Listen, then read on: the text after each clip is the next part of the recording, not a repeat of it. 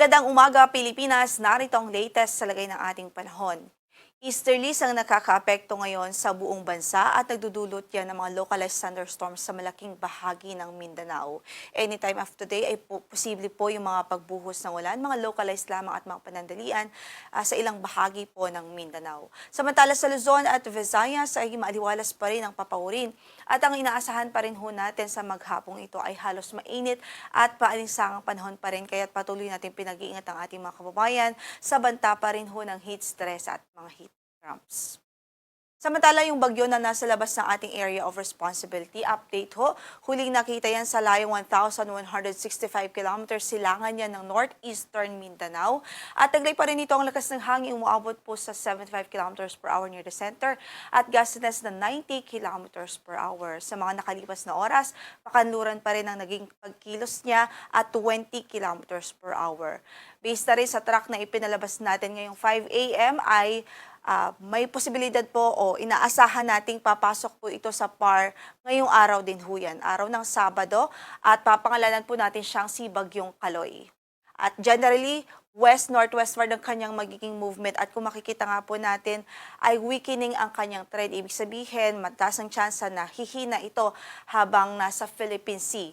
At posible, most likely by May 13 ay LPA na lamang ho siya o low pressure area na lamang. Pero kahit na ito'y papahina at kahit maging LPA pa siya, posible pa rin po ito magdulot ng mga pag-ulan sa silangang bahagi ng Visayas at ilang bahagi din ng silangang bahagi ng Southern Luzon. Kaya patuloy natin pinag-aantabay at pinagmo-monitor ang ating mga kababayan sa updates na ipapalabas ng Pag-asa.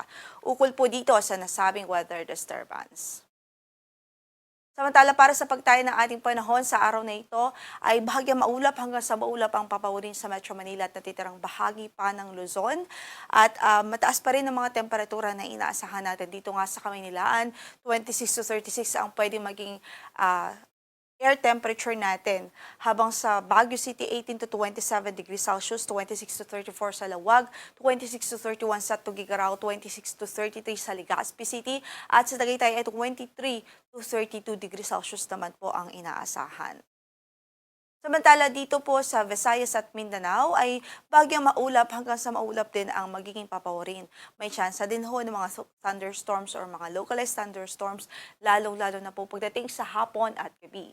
Sa Iloilo ay 26 to 32 ang inaasahang magiging agwat ng temperatura, 26 to 33 sa Cebu, 26 to 32 sa Puerto Princesa City, gayon din sa Kalayaan Islands. Sa Tacloban ay 26 to 33 degrees Celsius ho. Sa Zamboanga ay 26 to 34 degrees Celsius, sa Cagayan de Oro ay 26 to 32, habang sa Davao ay 26 to 35 degrees Celsius.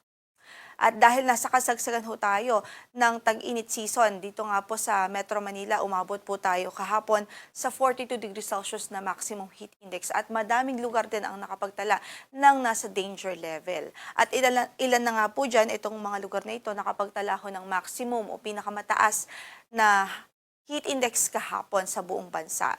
Dito sa Lawag, Ilocos Norte, Dagupan, Pangasinan, Etiague, Isabela, Muñoz, Nueva Ecija, Subic, Bay, Olongapo City, Camiling, Tarlac, Alabat, Quezon, Cuyo, Palawan, Dumangas, Iloilo, Butuan, Agusan del Norte. So nakapagtala po sila kahapon ng 44 degrees Celsius na maximum heat index. Nasa danger level ho yan.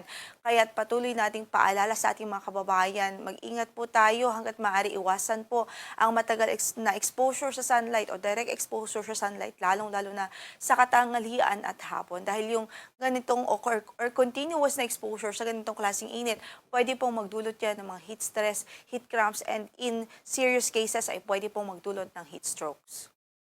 Samantala dito, para naman sa forecast natin sa araw na ito, ay at sa Metro Manila pwede pong umabot sa 42 degrees Celsius pa rin ang ating heat index for today. Habang sa Lawag, Camiling, Sangley Point, Cavite City, Cuyo, Palawan, Rojas City, Capiz at Dumangas, Iloilo, pwede pong umabot sa 44 degrees Celsius ang ating heat index sa araw na ito at nasa danger level ho yan. Wala po tayong gale warning na nakataas ngayon sa anumang bahagi ng ating mga baybaying dagat. Katamtaman hanggang sa maalon ang kondisyon ng karagatan sa extreme northern Luzon, habang banayad naman hanggang sa katamtaman sa natitirang bahagi pa ng bansa.